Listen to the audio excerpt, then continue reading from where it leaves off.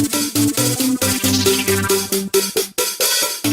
everyone, it's Amy Scalia with Cincy Chic and Kathy with Your Dream Day, and she is a wedding planner aficionado. I love working with you and learning about all the latest tips and trends. So we have her here on this fabulous video to learn about the latest and greatest in the wedding industry because you are truly in the know. So tell us about some of the big trends that we're seeing. The big color trends for this year are going to be peaches, pinks, ivories, whites, purples, light blues, and slate grays. Oh, okay.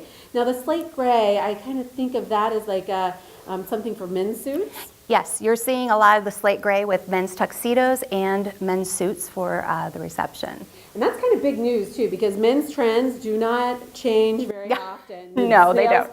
So breaking news, they're now changing to slate gray. And a lot of the pastels, so those are some of the big color trends that you're seeing. Mm-hmm. Now what about venues? What are you seeing with that? Well, you're still seeing a little bit of the carryover with barns and that shabby rustic chic, but now you're starting to see a lot of vintage and a lot of industrial. So you're seeing a lot of props like antique telephones, antique typewriters, antique furniture, and then you're also seeing more warehouse style venues popping up that have the really high ceilings and the exposed piping and exposed brick and things like that. Yeah, sort of more of the raw materials. A lot more raw. Now I've seen a lot of barns in the past, kind of recently. Are the barns kind of going away and industrial moving in?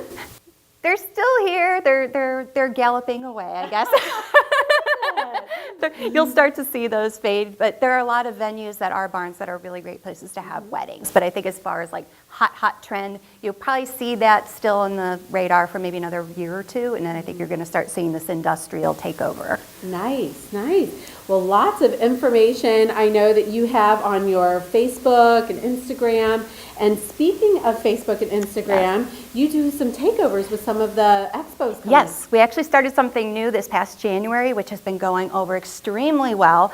We've been doing social media takeovers of some of the local bridal shows. So we were at the Cincinnati Wedding Showcase, which was at the Sharonville Convention Center.